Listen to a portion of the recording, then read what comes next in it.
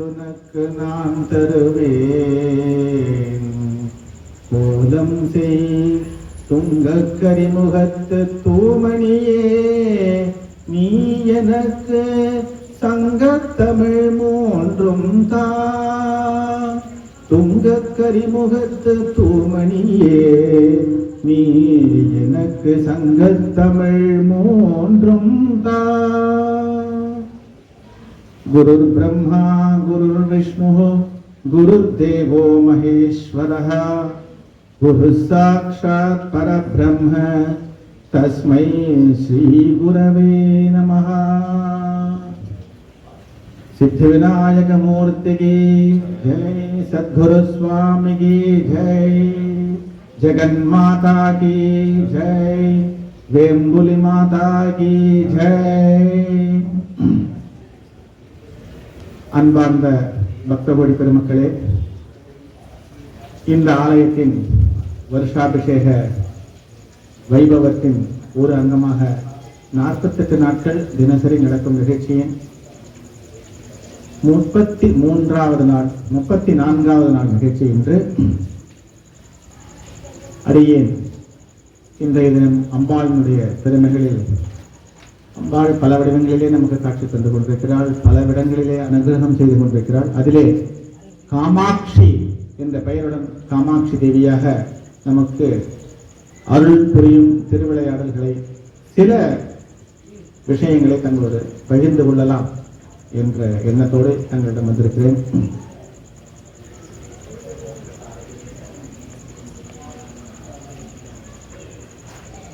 முப்பெரும் தேவியராக 3 சக்திகளாக ரொம்ப பிரதானமாக நம்ம தேசத்திலே காமாட்சி, மீனாட்சி, விசாலாட்சி என்ற பொருளிலே என்ற பெயர்களிலே மிகவும் பிரசித்தியாக நாம் வணங்கப்பட்டு வருகின்ற அம்பிகை காசியிலே விசாலாட்சியாகவும், மதுரையிலே மீனாட்சியாகவும், காஞ்சிபுரத்திலே காமாட்சியாகவும் அருள் புரிகிறார். இந்த 3 சக்தி பீடங்களிலே அமைந்தவை, ஒன்றோடொன்று தொடர்புடையவை. உலகத்தை காக்கும் அன்னையினுடைய வெவ்வேறு பெயர்களிலே வெவ்வேறு நிலைகளிலே நமக்கு இருந்து அருள் செய்து கொண்டிருக்கிறார்.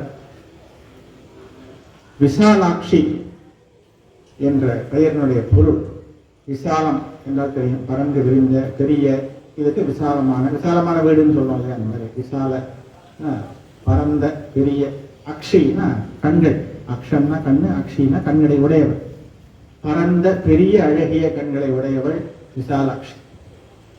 இந்த பரந்த உலகத்தை தன்னுடைய விழிகளாலே தோற்றுவித்தவள், தன்னுடைய விழிகளாலே காப்பாற்றுபவள் அம்பாள். ஆகையினாலே விசாலாட்சி என்ற பெயர் பொருத்தம் மிக அருமையாக அமைந்திருக்கிறது. உன்மேஷ நிமிஷோத்பன்ன விபன்ன புவனாவரி என்று சகஸ்ரநாமம், லலிதா சகஸ்ரநாமம் அம்பிகையை விளங்குகிறது.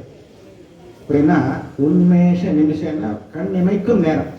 இந்த நிமிஷத்துல உற்பன்னா உற்பத்தி செய்யக்கூடியவர், கண் இமைக்கும் நேரத்துல அம்பாள் தோற்றுவிக்கக்கூடியவர். எதை தோற்றுவிக்கிறார்னா விபன்ன புவனாவளி. பன்னா அடுக்கு, விபன்னா பல அடுக்குகள், புவனன்னா உலகங்கள். ஒரு அடுக்குல பல உலகங்கள் இருக்கும். அந்த மாதிரி பல உலகங்கள் கொண்ட பல அடுக்குகளை வினாடி கண்ணிமைக்கும் நேரத்திலே தோற்றுவிக்கக்கூடியவர் அம்பாள். தோற்றுவிக்க முடிய இவ்வளவு விசாலமான உலகத்தை, இவ்வளவு பெரிய உலகத்தினுடைய அடுக்குகளை, உலகத்தினுடைய வரிசைகளை தோற்றுவிக்கக்கூடிய அம்பாள் விசாலாட்சி என்று அழைக்கப்படுவது மிகவும் பொருத்தமானது. நாம் உணர்ந்து வழிபடத்தக்கக்கூடிய தக்க அம்பிகை. அதே போல மீனாட்சி என்ற பெயருக்கு மீனை போன்ற கண்களை உடையவள், மீன அக்ஷி, மீனை போன்ற கண்களை உடையவள். இது சாதாரணமான அந்த வார்த்தைக்கு பொருளை சொன்னா அப்படி சொல்லலாம். ஆனால் ஆன்றோர்கள் அந்த பொருளை விட மிக உயர்ந்த ஒரு பொருளை சொல்வார்கள். என்ன என்றால், மீனானது ஒரே சமயத்தில் தன்னுடைய நூற்றுக்கணக்கான 20, 30, 40, 100 குஞ்சுகளை இடும். கடலிலே நீரிலே நீந்து கொண்டிருக்கும். தாய் குஞ்சினுடைய பின்னாலேயே எல்லா குஞ்சுகளும் மறைந்து கொண்டிருக்கும். எல்லாத்துக்கும் உணவு கிடைக்கும்படியான ஒரு ஏற்பாட்டோடு போயிருக்கும். ஆனால் விளையாட்டாக சில குஞ்சுகள் வேறு இடத்துல இருந்தால் கூட, தாயின் இறை தேட வேறு இடத்துக்கு சென்றிருந்தால் கூட, மனதாலேயே அந்த குஞ்சை காணவில்லையே, அந்த குஞ்சுக்கு பசிக்குமே என்று நினைத்தால் அந்த நினைப்பின் மூலமாக, அந்த கண் நினைப்பின் மூலமாக அந்த குஞ்சுக்கு வயிறு நிரம்பும். அந்த குஞ்சுக்கு ஆபத்து ஏற்படப்படுகிறது என்று நினைத்தால் அந்த நினைப்பின் மூலமாகவே அந்த குஞ்சு தப்பித்து வருகிறது. இந்த மாதிரி தன்னுடைய நினைப்பின் மூலமாகவே, தான் நினைப்பதன் மூலமாகவே தன்னுடைய குழந்தையை காப்பாற்றக்கூடிய தாய்மையுடைய ஒரு தெய்வம் மீனாட்சி. அந்த மாதிரி எப்பொழுதும் தன்னுடைய குழந்தைகளை பற்றியே நினைத்துக் கொண்டு, தன்னுடைய குழந்தைகளுக்காகவே தன்னுடைய இருப்பிடத்தை அமைத்துக் கொண்டு, நம்மளோடு கூடவே இருந்து தன்னுடைய ஞானத்தினாலும் அறிவினாலும் தன்னுடைய நோக்கத்தினாலும் நம்மை காப்பாற்றக்கூடிய காரணத்தினாலே மீனாட்சி என்ற பெயர் ஆண்டோர்கள் கொடுத்த அந்த விளக்கம் மிகவும் அருமையான விளக்கமானது. நாம் என்றென்றும் நினைவில் கொள்ளத்தக்கது. வெறும் வார்த்தைக்கான பொருளை மட்டும் நினைக்காமல் அதன் உட்பொருளை உணர்ந்து அன்னையை வணங்குவது சிறப்பு. அதே போல காமாட்சி, காமாட்சி என்ற பொருளுக்கும் பெயருக்கும் சாதாரண வார்த்தையினுடைய அர்த்தம் என்று சொன்னால் காமம் என்று சொன்னால், காமம்னா ஆசை, விருப்பம், இதுதான் காமம் என்று சொல்லப்படுது. அக்ஷய காமத்தை கொடுக்கக்கூடிய கண்கள், விருப்பத்தை கொடுக்கக்கூடிய, ஆசையை கொடுக்கக்கூடிய கண்கள். நம்மளாம் ஆசை போகணும், நம்மளை விட்டு ஆசை விலகணும், வீடு பேரு கிடைக்கணும், இந்த மாதிரியான ஒரு எண்ணத்தினால தெய்வத்தை வழிபடுவோம். அந்த தெய்வத்தை வழிபடும் பொழுது விருப்பத்தை கொடுக்கக்கூடிய கண்கள்னா இது பொருத்தமாக இல்லையே அப்படின்னு யோசிக்கலாம். சாதாரண அறிவுக்கு அப்படிதான் யோசிப்பாங்க. இதை பற்றி கேள்வி கேட்கும் போது நம்முடைய 100 ஆண்டுகள் வாழ்ந்து நம்முடைய நடமாடும் தெய்வமாக திகழ்ந்த காஞ்சி காமகோடி பீடாதிபதி சந்திரசேகரேந்திர சரஸ்வதி சுவாமிகள், மகா சுவாமிகள், அவர் இந்த காமாட்சி என்ற பெயருக்கு அருமையான ஒரு விளக்கத்தை நம்முடைய கொடுத்திருக்கிறார். அதாவது இச்சாசக்தி, கிரியாசக்தி, ஞானசக்தி, ஸ்வரூபிணி, இப்படி லலிதா சகஸ்ரநாமம் அம்பாள் சொல்கிறார். இச்சை என்று சொன்னால் ஆசை அல்லது விருப்பம். இச்சைக்கு உண்டான இச்சையை ஏற்படுத்தக்கூடிய சக்தியும் அம்பாள் தான். அதற்கு செய்யக்கூடிய செயலை நமக்கு ஊக்கத்தையும் வலிமையும் கொடுக்கக்கூடிய அம்பாளும், கிரியாசக்தியாக விளங்குபவளும் அம்பாள் தான். இந்த செயலினால் என்னது கிடைக்கும், நாம் என்னது செய்தால் அதனுடைய பலம் என்னவாக இருக்கும் என்று அறிந்து எதை செய்ய வேண்டும், எதை செய்யக்கூடாது என்ற ஞானத்தை நமக்கு அருள்பவளும், ஞான சக்தியாக விளங்குபவளும் அதே அம்பாள் தான். இந்த மூன்றுமாகவே அவள் விளங்குவாள் என்பதனால் இச்சாசக்தி என்று சொல்லக்கூடிய விருப்பத்தை கொடுக்கக்கூடியவளாக காமாட்சி என்ற பெயர் பொருத்தம் அவளுக்கு பொருத்தமானது. அப்போ விருப்பத்தை ஏற்படுத்தினால் எப்படி நமக்கு மோட்சம் கிடைக்கும்? விருப்பங்கள், உலக விருப்பங்கள் நமக்கு இருந்தே இருந்ததுன்னா மோட்சம் எங்கிருந்து கிடைக்கும்? விருப்பங்கிறதுல அவளை நோக்கின விருப்பமும் மோட்சம் என்கிற மோட்சத்தை நோக்கின விருப்பமும் கூட அடக்கம். அந்த விருப்பத்தையும் அவளே தான் ஏற்படுத்தினாள். மோட்சம் அடைய வேண்டும், உன்னுடைய திருவடியை சரணாகதி அடைய வேண்டும் என்கிற விருப்பத்தையும் அவளே கொடுக்கிறாள். ஆகையினாலே அந்த காமாட்சி என்ற பெயர் அவளுக்கு பொருத்தமானது. அதற்கு சொல்லும் பொழுது ஒரு சாதாரணமான வாழ்க்கையிலே நாம் காணக்கூடிய ஒரு உதாரணத்தை சொல்வார். என்னன்னா, கோவில்கள்லாம் பார்த்தீங்கன்னா, பெரிய புராதனமான கோவில்கள் எல்லாம் இலுப்ப எண்ணெயை போட்டு விளக்கேற்றுவாங்க. நேற்று கூட சொன்ன இலுப்ப எண்ணெயை பற்றி பேசணும். இலுப்ப எண்ணெய்ன்றது நல்லெண்ணெய், நெய்யில விளக்கேற்ற, பசு நெய்யில விளக்கேற்றது சிறப்பு.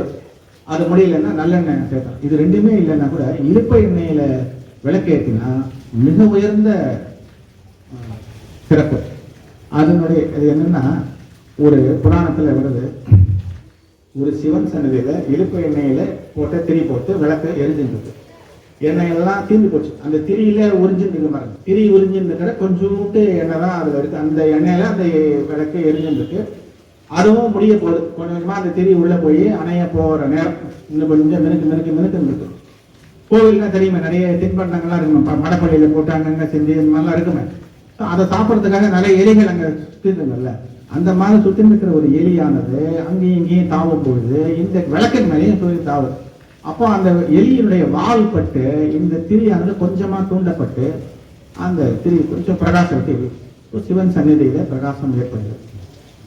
இந்த புண்ணியத்தினுடைய காரணமாக அந்த எலி அடுத்த ஜென்மாவில வல்லான மகாராஜாவாக பிறந்திருக்கு.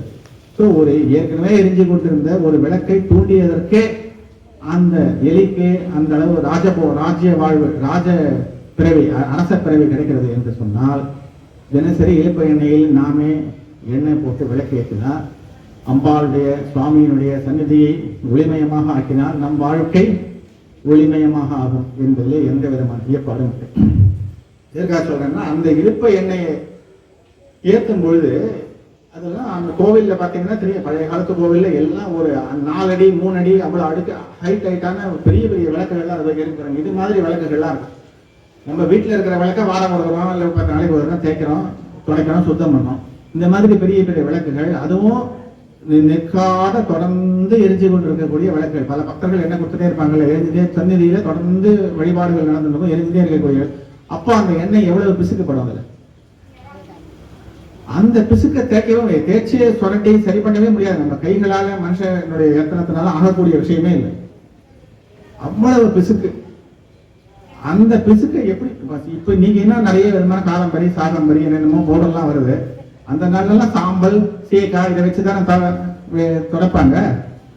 அந்த சாம்பல் சீக்காய்க்கெல்லாம் இந்த இழுப்பு எண்ணெயினுடைய பிசுக்கு மசியாது.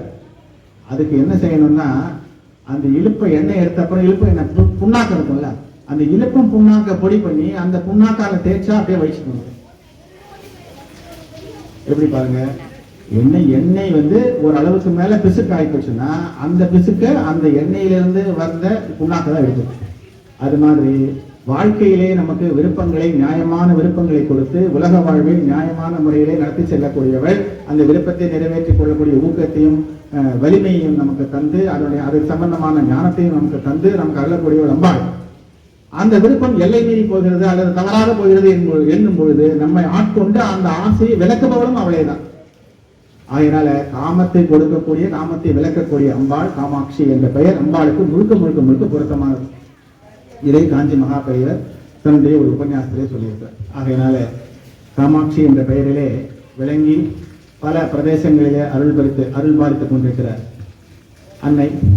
அவளை பற்றி நம்மாலே தெரிந்த ஒரு சில இடங்களிலே சிந்திப்போம். நமக்கெல்லாம் நம்ம தாம்பரத்தில் இருக்கோம். இங்கிருந்து 40-45-50 கிலோமீட்டர் தான் காஞ்சிபுரம். நகரேஷு காஞ்சி என்று பாராட்டப்பட்ட, புராணங்களிலே பாராட்டப்பட்ட நகரம் நகரேஷு காஞ்சி.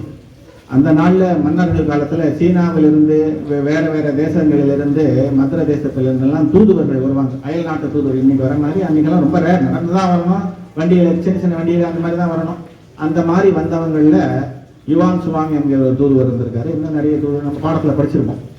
அவங்கெல்லாம் இந்த காஞ்சிபுரத்தில் என்னென்ன வசதிகள் இருந்தது, எப்பேற்பட்ட ஒரு அமைவு பெற்ற அழகான பிளான்டு சிட்டி, திட்டமிடப்பட்ட ஒரு நகரமாக இருந்தது. காஞ்சிபுரத்தில் என்னென்ன வசதிகள், வாழ்க்கை வசதிகள், விவசாய வசதிகள், கட்டுமான கலைகள், படிப்புக்கு உண்டான வசதிகள், ஞானத்தினுடைய ஒரு பிறப்பிடமாக காஞ்சிபுரம் திகழ்ந்து கொண்டிருக்கிறது. எல்லாம் இன்றைக்கும் ஞானம் நிறைய படிக்கிறதுக்கு உண்டான வசதிகள் எல்லாம் இருக்கு. புராண காலத்திலே வேதங்கள், ஆகமங்கள், கலைகள், சிற்பக்கலை என்று எல்லா விதமான படிப்புக்கும் காஷ்மீரத்துக்கு அடுத்தது காஞ்சிபுரம் தான். அவ்வளவு கல்வி கேள்விகளிலே சிறந்து விளங்கக்கூடிய நகரமாக விளங்கியது காஞ்சி. ஆகையினாலே தான் நகரேஷு காஞ்சி. புஷ்பேஷு ஜாதி புருஷேஷு விஷ்ணு நாரீஷு ரம்பா நகரேஷு காஞ்சி. இது வாக்கியம். பூக்களிலேயே உயர்ந்தது ஜாதி புஷ்பம், வாசனை அதிகம், அதுக்குதான் அதிகமான வாசனை. புருஷர்களிலேயே விருந்தவர் மகாவிஷ்ணு, புருஷோத்தமன் என்று அழைக்கப்படுகிறார். பெண்களிலேயே அழகானவள் ரம்பை, நாரீஷு ரம்பா நகரேஷு காஞ்சி. நகரங்களிலேயே சிறந்த உயர்ந்து அழகாக விளங்கக்கூடியது நகரேஷு காஞ்சி என்று சிறப்பு பெற்ற நகரமான காஞ்சியிலே மையம் கொண்டு, காஞ்சியிலே கோவில் கொண்டு நமக்கு அருள் பாலித்துக் கொண்டிருக்கிறாள் அன்னை காமாட்சி. அன்னை காமாட்சி காஞ்சிக்கு வந்த வரலாறு என்பது மிக தொன்மையானது. சக்தி பீடங்கள் 51 என்று தந்திர சூடாமணி என்ற நூலிலே விளக்கப்பட்டிருக்கிறது. அந்த சக்தி பீடங்கள் எப்படி உருவானது என்பது அந்த நூலிலே விளக்கமாக விளக்கப்பட்டிருக்கிறது. தேவி பாகவதம், தேவி மகாத்மியம் போன்ற புராணங்களிலுமே வந்து கொண்டிருக்கிறது. இன்னும் வேறு பல நூல்களிலும் பாகவதம் என்ற நூல்களிலும் வருகிறது. எப்படின்னா, பண்டாசுரனை வதைத்த அம்பிகை அந்த பூமிக்கு வந்து நமக்கு காமாட்சியாக அருள் செய்து கொண்டிருக்கிறார் என்று அம்பாளுடைய பல அவதாரங்களிலே பண்டாசுரனை வதைத்து ஆட்கொண்ட அவதாரம் ஒரு அவதாரம். அந்த பண்டாசுரனை வதைப்பதற்காக பூமியில் அவனுடைய அட்டகாசம் தான், தேவர்களும் பூலோகத்தில் இருப்பவர்களும் ரொம்ப கஷ்டப்படுகிறார்கள் என்பதற்காக ஒரு கிளி வடிவத்திலே வந்து இந்த காஞ்சிபுரத்திலே இருந்து, கிளி அந்த பிலம் என்று சொன்னால் ஒரு பொந்து, அந்த பொந்துக்குள்ளே இருந்து வாழ்ந்து கொண்டிருந்து அந்த அசுரனை அழிக்கிறார். அதனால்தான் பிலாகாச காமாட்சி என்று ஒரு காமாட்சி அம்மன் ஆலயத்திலே உண்டு. அந்த வரலாறு காமாட்சி அம்பாள் அந்த ஊருக்கு வந்த வரலாறு. சக்தி பீடங்கள் 51 என்று சொன்னோமே, அது எப்படி வந்தது அப்படின்னா, தக்ஷன் ஒரு பெரிய யாகத்தை நடத்துகிறான். தக்ஷனுடைய மகளாக அந்த அவதாரத்திலே பார்வதி தேவி அவதாரம் எடுக்கிறார். சதி தேவி, தாக்ஷாயணி என்ற பெயர், சதி தேவி என்ற பின்னாளிலே பெயர் எடுக்கிறது. அந்த தாக்ஷாயணி சிவபெருமானை மணந்து கொள்கிறார். சிவபெருமானை மணப்பதற்கு முன்னால் தக்ஷன் என்பவன், தக்ஷன் பலவிதமான, தக்ஷனே சிவனுடைய அருளாலே உருவானவன் தான். ஆனால் அந்த நிலையை மறந்து விட்டான். தான் இந்த தேவர்களுக்கு, அசுரர்களுக்கு எல்லாருக்கும் தலைவன் என்று ஒரு இருமாப்பிலே, இந்த மேருமலையிலிருந்து பூலோகத்திலிருந்து எல்லாம் தன்னுடைய கட்டுப்பாட்டில் இருக்கிறது என்கிற இருமாப்பிலே சிவபெருமான் நம்மளுக்கு தெரியும். அவர் ஜடாமுடியை மட்டும் தடுத்து நாகங்களையே ஆபரணமாக கொண்டு உள்ளவர், விபூதியை உடம்பு முழுக்க பூசியவர், அரச கோலத்துக்கு உண்டான எந்த விதமான அணிகலன்கள் ஆடம்பரங்கள் எதுவுமே கிடையாதவர், ஆண்டி கோலம் கொண்டு தெரியவர். ஆகையினால் சிவபெருமானை துச்சமாக எண்ணி அவரை அவமரியாதை செய்தார். ஒரு குறிப்பாக ஒரு யாகம் செய்யும் பொழுது அவிர்வாகங்கள் பல தேவர்களுக்கு சென்றடைய வேண்டிய நிர்பந்தம், அப்படியெல்லாம் செஞ்சால்தான் அந்த யாகம் நிறைவடையும். அதில் சிவபெருமானுக்கும் ஒரு பாகம் போக வேண்டியிருக்கிறது. ஆனால் இவன் அவமரியாதை செய்து அந்த பாகத்தை, சிவபெருமானுக்குரிய பாகத்தை நான் கொடுக்க மாட்டேன், அவனுக்கு அந்த அருகதை இல்லை என்று அவமதித்து வருகிறான். தன் கணவனை அவமதித்த நிலைமையை பொறுத்துக் கொள்ள முடியாமல் சதிதேவி அந்த யாகத்தை அழித்து விட்டு கணவனை நோக்கி திரும்பி வருகிறார். அப்போ சிவபெருமான், என்னை மதிக்காத, நான் சொன்ன ஏற்கனவே கூப்பிடாத இடத்துக்கு போகக்கூடாதுன்னு, நீ பரவாயில்லன்னு சொல்லிட்டு போன, இருந்தாலும் என்னை மதிக்காத நீ வந்த, என்னை திரும்ப செய்ய வேண்டிய, என்னை சேர முடியாது, நீ போயிடுன்னு. சிவபெருமானை விட்டு பிரிய முடியாது என்ற காரணத்தினால, நீங்க என்ன நான் உங்களை விட்டு பிரிய முடியாது, நான் வேண்டாம்னு நினைச்சீங்கன்னா நீங்களே என்னை அழிச்சிருங்க. உடனே சிவபெருமான் என்ன பண்றாரு, தலையிலே சுற்றி கொண்டு தாண்டவமாக ஆடி உடல்களை பல கூறாக பிரிந்து விழுமாறு வீசி எறிகிறார். அந்த மாதிரி வீசி எறியும் பொழுது அம்பிகையினுடைய உடலானது பல துண்டுகளாக பிரிந்து பாரத தேசம் எங்கும் பல இடங்களிலே விழுகிறது. அந்த ஒவ்வொரு பகுதியில் விழுந்த இடமும் ஒவ்வொரு சக்தி பீடமாக போற்றப்படுகிறது. அது 51 சக்தி பீடங்கள் என்று சொல்கிறது இந்த தந்திர சூடாமணி என்ற நூல். அந்த 51 சக்தி பீடங்களிலேயே சக்தி பீட புராணம் என்று ஒன்று, அது மகா சக்தி பீடம் என்று 18, அந்த 51லேயே 18 மிகவும் உயர்வாக சொல்லியிருக்கிறது.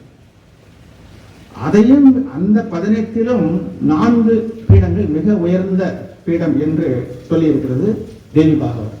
அப்படி இருக்கக்கூடிய அந்த 4லே, 51லே 18லே 4லே ஒன்றாக சிறந்த உயர்ந்த பீடமாக திகழ்ந்து கொண்டிருப்பது அன்னை காஞ்சி காமாட்சியினுடைய இருப்பிடம். காஞ்சி என்பது இடுப்பில் அணியக்கூடிய ஒரு ஆபரணம். ஒட்டியானம், ஓட்டியான பீட நிலையா பிந்து மண்டல வாசினி என்று லலிதா சஹஸ்ரநாமத்தில் அம்பாளை சொல்கிறோம். அந்த மாதிரி ஒட்டியானம் அணியக்கூடிய நாபி தொப்புள் விழுந்த இடமானது காஞ்சி. அந்த காஞ்சியிலே அந்த ஆகையினாலே அது சக்தி பீடமாக போற்றப்படுகிறது.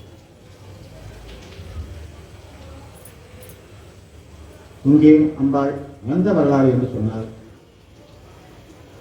ஒரு சமயம் கைலாயத்திலே சுவாமி வேத மந்திரங்களை, வேதத்தினுடைய உட்பொருளை, படைப்பின் ரகசியத்தை அங்கே இருக்கக்கூடிய எல்லா முனிவர்கள், ரிஷிகள், தன்னுடைய பூதகணங்கள் எல்லாருக்கும் விளக்கி கொண்டிருக்கிறார். அந்த மாதிரி விளக்கம் தந்து கொண்டிருக்கிற நேரத்திலே அம்பாள் விளையாட்டாக சிவபெருமானுடைய கண்களை பொத்தினார். தன்னுடைய தியானமும் தன்னுடைய விளக்கமும் தடைப்படுவதைக் கண்டு கோபம் கொண்ட சிவபெருமான் இந்த சாதாரண விஷயங்களில் ஒரு பெரிய விஷயத்தை பற்றி பேசிக் கொண்டிருக்கும் பொழுது சிறிய விஷயத்தில் உன் மனத்தை செலுத்தி விட்டாய், ஆகையினாலே நீ பூலோகத்தில் பிறந்து வாழ்வாய் அப்படின்னு சொல்லிவிட்டார். அப்போ பூலோகத்தில் இருக்கிறதுங்கிறது பெரிய கஷ்டம், திரும்ப எப்படி உங்களை சேருவது என்று சொல்லும்போது அதற்காக நீ பலவிதமான தவங்களை செய்ய வேண்டும். உன்னுடைய தவம் எப்போது நிறைவடையும், நான் எப்போது திருப்தி அடைகிறேனோ அப்பொழுது உன்னை உனக்கு அதற்குண்டான வழியை காட்டுவேன் அப்படின்னு சொல்றாங்க. அப்போ அதனால என்ன பண்றாங்க, பூலோகத்தில் பிறக்கும்படியான நிலைமை நேர்கிறது. அப்போ காசியிலே 18 ஆண்டுகள் காசி கஷேத்திரத்திலே அம்பாள் தவம் செய்கிறாள் சுவாமியினம். காசி கஷேத்திரத்தில் தவம் செய்வது என்றால் வெறும் நினைத்துக் கொண்டிருப்பது மட்டுமே அல்ல, உடலாலும் உள்ளத்தாலும் பூஜை செய்வது, சுவாமியை வணங்கி நினைக்கும் நேரத்திலெல்லாம், முடிந்த போதிலெல்லாம் அடியவர்களுக்கும் பக்தர்களுக்கும் அந்த ஊரில் உள்ளவருக்கும் அன்னம் பாலிப்பது என்கிற ஒரு தர்மத்தை தொடர்ந்து செய்து கொள்ளும். ஆகையினாலே தான் அன்னபூரணியாக அங்கே அம்பாள் வழிபடப்படுகிறார். காசி கஷேத்திரத்தில் நிவாசம் செய்து அந்த 18 ஆண்டுகள் தவத்தை பூர்த்தி செய்த பின்பு இங்கே மாங்காட்டுக்கு வந்து தவம் செய்கிறார். மாங்காட்டிலே பஞ்சாகினி என்று சொல்லக்கூடிய 5 விதமான நெருப்புகளை வளர்த்து 5க்கு நடுவில் இருக்கக்கூடிய நெருப்பினுடைய உச்சியிலே தன்னுடைய வாழ்வு பெருவிரலினுடைய நுனியை ஆதாரமாக கொண்டு நின்ற யோக நிலையிலே அம்பாள் சிவனை நோக்கி தவம் இருக்கிறார். அது மாங்காட்டுடைய தவம். இந்த தவம் முடிந்தவுடன் நீ வந்து காஞ்சிபுரத்திலே என்னை வந்து சேர்வாய் என்று அசரீதியாக வாக்கு கொடுத்ததன் பேரிலே அம்பாள் காஞ்சிபுரத்துக்கு சென்று அங்கே இருக்கக்கூடிய வேகவதி நதி, கம்பா நதி என்றும் அழைக்கப்படுகிறது. அந்த நதியினுடைய மணலை எடுத்து மணல் லிங்கமாக கொடுத்து தினசரி சுவாமியை பூஜை செய்து சுவாமியையே நினைத்துக் கொண்டு தவம் இருந்து அங்கே காஞ்சிபுரம் ஏகாம்பரேஸ்வரர் கோயில் நீங்கள்லாம் தரிசனம் பண்ணிருக்கலாம். ஒரு மாமரம், அந்த மாமரத்தினுடைய அடியிலே இருந்து தவம் செய்யும் பொழுது நேரடியாக சிவபெருமான் காட்சி கொடுத்து இனிமேல் நீ ஆட்கொண்டா என்னை வந்து சேர்வாய் என்று ஆட்கொண்டார். அந்த இடம் இன்றைக்கும் அந்த மாமரம் இருக்கிறது. அந்த மாமரத்துடைய சிறப்பு 4 விதமான கிளைகள் அந்த மரத்திலே உண்டு. 4 கிளைகளும் 4 விதமான மாங்காய் காய்க்கும். ஒரே மரம் தான், ஒரு மரத்துல ஒரு விதமான காய்கறி காய்க்கும். ஆனால் அந்த மரத்துல 4 கிளைகளும் 4 விதமான மாங்காய் காய்க்கும். இன்றைக்கும் அந்த மரம் இருந்து கொண்டிருக்கிறது. பல யுகங்களை கடந்த மரம். அது தெய்வ அனுகிரகத்துக்கும் அதிசயத்துக்கும் சாட்சியாக நின்று கொண்டிருக்கிறது.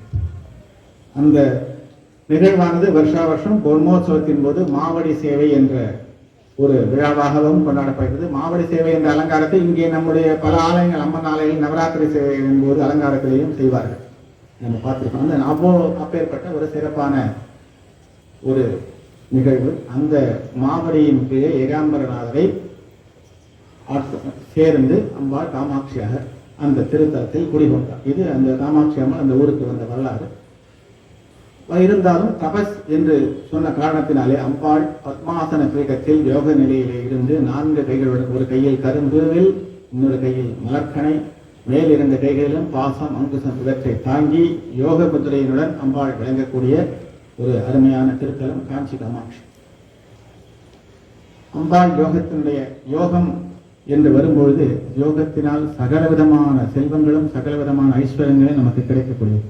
அதை குறிப்பிடும் வகையிலே ஆதிசங்கர பகவத் பாதர் அம்பாளுடைய திருமுன்பு ஸ்ரீசக்கரத்தை வரைந்து அதிலே அஷ்டலட்சுமிகளையும் பிரதிஷ்டை செய்து இன்றும் அந்த ஸ்ரீசக்கரம் தான் முக்கியமாக காமாட்சி அம்பாளாக வழிபடப்படுகிறது. ஸ்ரீசக்கர வழிபாடு மிகவும் உயர்வாக நடக்கக்கூடிய இடம் காஞ்சி காமாட்சி. அந்த ஸ்ரீ சக்கரத்தினுடைய ஸ்தாபனம் ஸ்ரீ ஆதிசங்கர பகவத் பாதர் செய்தார்.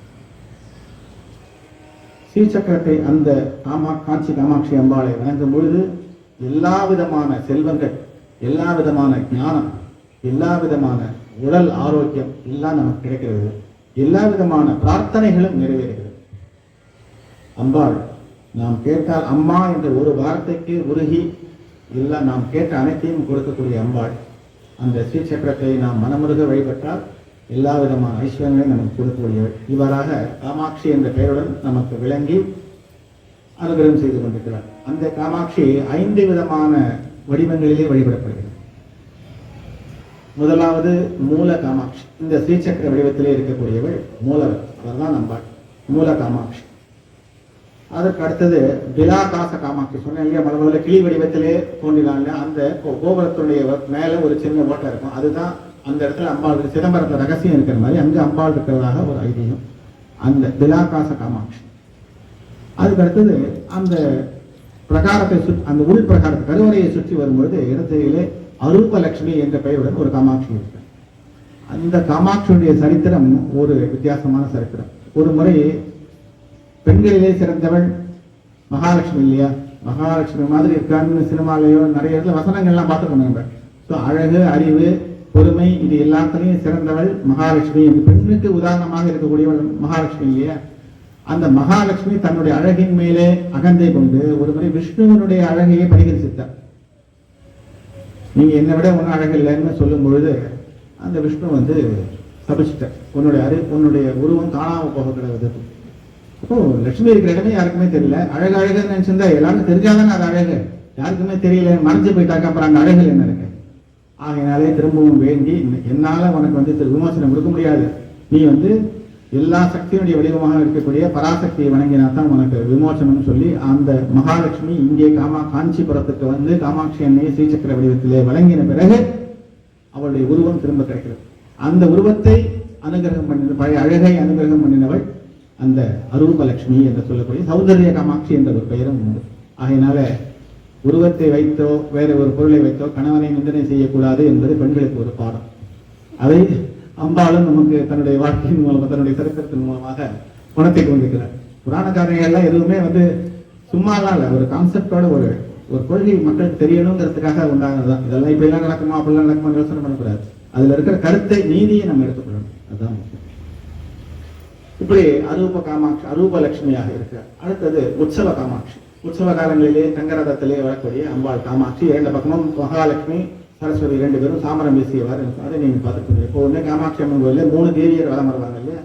நடுவில் இருக்கிறது காமாட்சி, ரெண்டு பக்கம் இருக்கிறது உற்சவ மகாலட்சுமி சரஸ்வதி. இந்த 4 தவிர பங்காரு காமாட்சி, முழுக்க முழுக்க பொன்னாலான, தூய பொன்னாலான விக்கிரகம் பங்காரு காமாட்சி. அந்த காமாட்சி அம்பாள் இன்னைக்கு அந்த காஞ்சிபுரத்துல இல்லை, தஞ்சாவூர்ல கொண்டு போயிட்டாங்க. ஹைதர் அலியினுடைய காலத்துல ஏகப்பட்ட கோவில்களை கொள்ளையடிச்சு சூறையாடி இடிச்சு எல்லாம் பண்ணாங்க இல்லையா? அவங்களுடைய வரலாறு அப்படித்தானே. எது நல்லதோ அதெல்லாம் இடிக்கிறது, அழிக்கிறது, இதுதானே அவங்களுடைய வரலாறு. அந்த வரலாற்றினுடைய ஒரு பகுதியாக அந்த காஞ்சிபுரத்தில் இருக்கக்கூடிய இந்த தங்க சிலையை திடீர்னு போறதுக்காக வரும். இந்த விபத்தை தெரிஞ்சு அந்த கோவில் அதிகாரிகள் என்ன பண்றாங்க, அந்த பங்காரு காமாட்சி அம்மனுடைய சிலையை எடுத்து ஒரு நல்ல மஞ்சள் துணி, மஞ்சள்ல நினைச்ச ஒரு துணியை சுத்தி வேப்பலையெல்லாம் போட்டு மூடி ஒரு கூடையில வச்சு எடுத்துன்னு போறாங்க, மாட்டு வண்டியில வச்சு எடுத்துன்னு போறாங்க. இங்கிருந்து தஞ்சாவூர் வழியில பார்த்தா செக் போஸ்ட். ஆமா, அந்த காலத்து ராஜாக்களே செக் போஸ்ட் வச்சிருந்தாங்க. எங்க எடுத்துன்னு போற, என்ன எடுத்துன்னு போற அப்படின்னு கேட்டாக்க அவங்க காட்டுறாங்க. இந்த மாதிரி போர்வையில போத்தி வேப்பலையெல்லாம் காட்டி, இந்த மாதிரி குழந்தைக்கு அம்மா போட்டிருக்கு, இந்த குழந்தைக்கு இதை நான் எடுத்துன்னு போறேன், ஊருக்கு வைத்தியத்துக்காக கொண்டு போறேங்க, அவங்க போற வரைக்கும் இருக்குமோ இல்லையோ தெரியல, அந்த பயத்துல தான் கொண்டு கூடையில வச்சு கொண்டு போறோம் அப்படின்னு அவங்க சொன்னோடனே பயந்துட்டான். அம்மா என்ன வேண்டாம் விட்டுருங்க. இவங்க இதே மாதிரி கொண்டு போய் தஞ்சாவூர்ல இன்னைக்கு இருக்கு பங்காரு காமாட்சி அம்மன் கோவில். அந்த கோவிலுக்கும் தக்கா இந்த காமாட்சி காஞ்சி காமகோடி பீடார்கள் தான் இன்றைக்கும் வழிபட்டப்பட்டு வருகிறது அந்த பங்காரு காமாட்சி. இப்படி 5 விதமான காமாட்சிகள் அந்த பஞ்ச காமாட்சியாக காஞ்சிபுரம் திருத்தலத்திலே நமக்கு அருள் செய்து கொண்டிருக்கிறார்கள். இன்னைக்கு அந்த பங்காரு காமாட்சி இருந்த சன்னதியில அதனுடைய அடையாளமாக காமாட்சி அம்மனுடைய பாதங்கள் மட்டும் 1940-45 அந்த நேரத்தில் இப்ப சமீப காலமாக பிரதிஷ்டை செய்யப்பட்டு, காஞ்சி மடத்தினாலே பிரதிஷ்டை செய்யப்பட்டு மக்களால் வழங்கப்பட்டுள்ளது. இப்படி ஒரு விசாலமான, ஒரு ஆழமான ஒரு சரித்திரத்தை கொண்ட காஞ்சிபுரம் துண்டீர மண்டலம், தொண்டை மண்டலம் சொல்வாங்க தமிழ்ல, அது துண்டீர மண்டலம். துண்டீரன் அப்படிங்கிற ஒரு மகாராஜா இவருடைய ஆளுகைக்கு உட்பட்ட பிரதேசமாக காஞ்சிபுரம், இந்த விழுப்புரம், செங்கல்பட்டு இதெல்லாம் இருந்ததுனால இந்த மண்டலத்துக்கு துண்டீர மண்டலம்னு பேரு. துண்டீர மகாராஜா தான் ஏற்கனவே ஒரு வெறும் காமாட்சி அம்பாள் சன்னதி மட்டும் இருந்தது, சுத்தி வர பல சன்னதிகளை ஏற்படுத்தி பெரிய காம்பவுண்ட்லாம் கட்டி இப்போ இன்னைக்கு இருக்கிற நிலைமைக்கு ஏற்படுத்தி கொடுத்தவர் அந்த துண்டீர மகாராஜா தான். அது சம்பந்தமான பல கல்வெட்டுகள் அந்த கோவிலில் இருக்கு. காஞ்சி காமாட்சி அம்மன் சாதாரண விருப்பங்களை மட்டுமல்ல, மிக உயர்ந்த விருப்பங்களை கூட நிறைவேற்றி தரக்கூடிய மூக்கர் என்று ஒரு கவிஞர். மூக்கம்னா பேச்சு வராது இருக்கு, ஊமை. அவர் பேர், அவருடைய நிஜ பேர் தெரியல, மூக்கர்னு தான் எல்லாரும் சொல்றாங்க. பேச்சு வராத காரணத்தினால அவரால் எங்கேயும் போய் படிக்க முடியல, எழுத முடியல, ஒன்றும் பண்ணல, ஞானம் இல்லை அவருக்கு. தன்னுடைய நிலைமையை நினைத்து மிகவும் வருத்தப்பட்டு உயிரை மாய்த்து கொள்ளக்கூடிய நிலைமைக்கு போகும்போது அம்பாளை வேண்டி, ஏன் இப்படி ஒரு வாழ்க்கையை எனக்கு கொடுத்துட்டு இது என்ன அர்த்தம் அப்படின்னு ரொம்ப மனமுருகி அம்பாள்கிட்ட அழும் பொழுது, நீ கவலைப்படாதன்னு சொல்லி அவனுக்கு பேச்சு வன்மை அருளி, ஞானத்தையும் அருளி 500 ஸ்லோகங்கள் அம்பாள் பேர்ல பாடுறான். மூக்க பஞ்சசதி என்று பெயர். ஒண்ணுமே தெரியாதவங்க 500 ஸ்லோகங்கள் பாடக்கூடிய அளவுக்கு ஞான சக்தி. அப்போ இப்ப சொல்லுங்க, காமாட்சி என்றவள் ஆசையையும் கொடுப்பாள், ஞானத்தையும் கொடுப்பாள், அதை செய்வதற்கு உண்டான ஊக்கத்தையும் கொடுப்பாள். அதனால காமாட்சி என்றது. அந்த மூக்க பஞ்சசதி என்கிற முழுக்க அம்பாளுடைய பெருமையே பாடக்கூடிய மூக்கம் இன்றைக்கும் தினசரி பல மண்டலி பாலாயிரம் கோயில்களால் அந்த மூக பஞ்சசக்தி இங்கே வழிபடப்படுகிறது. அதை தவிர நவராத்திரி காலங்களிலே நவாவரண பூஜை என்று தினசரி நடக்கும். பௌர்ணமி எல்லா பௌர்ணமியிலையும் நடக்கும். நவராத்திரி நாளில் 9-10 நாளும் நடக்கும். அந்த நவாவரண பூஜையின் போதும் அந்த ஆலய அர்ச்சகர்களாலே தொடர்ந்து சொல்லப்படக்கூடிய மூக பஞ்சசக்தி மிகவும் சக்தி வாய்ந்த ஸ்லோகம். அதை செய்து கொடுத்தவர் அம்பாள் காமாட்சி. இப்படி எல்லா விதமான பெருமையும் நம்மளுக்கு உடைய தலமாக விளங்கி நமக்கு அருகிலேயே இருந்தது. அதனால வாழ்க்கையிலே ஒரு நாளாவது போனோம். அயோத்தியா, மதுரா, மாயா, காசி, காஞ்சி, அவந்திகா, புரி, துவாரிகா செய்வ சப்தைகா மோக்ஷஜாயிகா என்று நம்முடைய புராணங்கள் சொல்கிறது. 7 நகரங்கள் நமக்கு மோட்சத்தை கொடுக்கக்கூடிய ஒரு வாழ்க்கையில ஒரு முறையாவது இந்த நகரங்களுக்கெல்லாம் போகணும். அயோத்திக்கு போகணும், மாயான்னா ஹரித்வார் ஹரித்வார் நகரத்துக்கு போகணும், மதுரா கிருஷ்ணன் பிறந்த இடமான மதுரா, ராமன் பிறந்த இடமான அயோத்தி, அவந்திகான்னா உஜ்ஜைன் இருக்கக்கூடிய மகாகாலேஸ்வர் அந்த இடத்துக்கு போகணும், பூரி ஜெகநாதர் தரிசனம் பண்ணணும், காஞ்சி காமாட்சி தரிசனம். இன்று மோட்சத்தை கொடுக்கக்கூடிய 7 நகரங்களிலே ஒன்றாக திகழ்ந்திருக்கக்கூடிய காஞ்சிபுரம் நமது தாம்பரத்துக்கு மிக அருகாமையில் இருக்கிறது. இதுவரைக்கும் போகாதவங்க இப்போவாவது போங்க, ஏற்கனவே போனவங்க இன்னும் கூட போயிட்டு வாங்க. முக்கியமான க்ஷேத்திரம். அந்த க்ஷேத்திரத்தினுடைய இன்னொரு விசேஷம், மதுரை மீனாட்சி சொக்கநாதர் எப்படி இருக்காங்க. ஒரு பக்கம் விஷ்ணு வந்து பார்வதி தேவி நடுவில் இருப்பார், மீனாட்சி அவளை தாரமாத்த கொடுத்துருப்பார், நடுவில் மீனாட்சி, இந்த பக்கம் மீனாட்சிக்கு இடது பக்கம் சிவபெருமான் சொக்கநாதர் இருப்பார் இல்லையா. அது மாதிரி இங்கிருந்து போகும்போது முதல்ல வரதராஜ பெருமாள், நடுவில் காமாட்சி, இந்த பக்கம் ஏகாம்பரேஸ்வர். இப்படி சோமசுந்தரேஸ்வரர் ஞாபகப்படுத்தக்கூடிய திருத்தலமாக விளங்குகிறது. அதே மாதிரி இந்த பக்கம் காமாட்சி, அதுக்கு அடுத்தது நடுவில் குமராக்கோட்டம், அதுக்கு அடுத்தது ஏகாம்பரேஸ்வரர், அம்பாள், நடுவில் முருகன், இந்த பக்கம் சுவாமி. ஆக சோமாஸ்கந்த கஷேத்திரமாகவும் விளங்குகிறது. இப்படிப்பட்ட ஒரு க்ஷேத்திர விசேஷம் கொண்ட ஒரு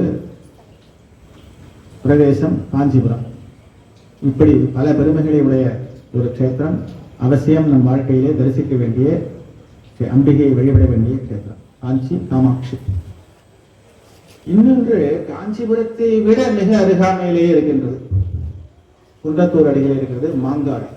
மாங்காடு காமாட்சி தலம், காமாட்சியும் காஞ்சிபுரம் காமாட்சியும் ஒன்றுக்கொன்று தொடர்புடைய திருத்தலங்கள். ரெண்டையும் ஒன்றாகவே சேர்த்து பார்க்கலாம் நம்ம. எப்படின்னா, முதல்ல சொன்னாலே இல்லையா, சுவாமி கிட்ட சாபம் வாங்கி பூமியில வந்து தபஸ் பண்ணினா, பல இடங்களில் தபஸ் பண்ணான்னு. அதுல காஞ்சிபுரத்துக்கு முன்னாடி அம்பாள் தபஸ், காசியிலிருந்து வந்து இங்க தபஸ் பண்ண இடம் மாங்காடு. முதல்ல மாங்காடுலாம் தபஸ் பண்றோம், அதுக்கப்புறம் தான் காஞ்சிபுரத்துக்கு சுவாமியினுடைய அசரீரியின் பேர். பல காலம், பல நெடுங்காலம், பல வருஷங்கள் இங்கே 18 வருஷம் காசியில் இருந்தாங்க. இங்க அதை விட அதிகமான 54 வருஷமும் ஞாபகம் இல்லை.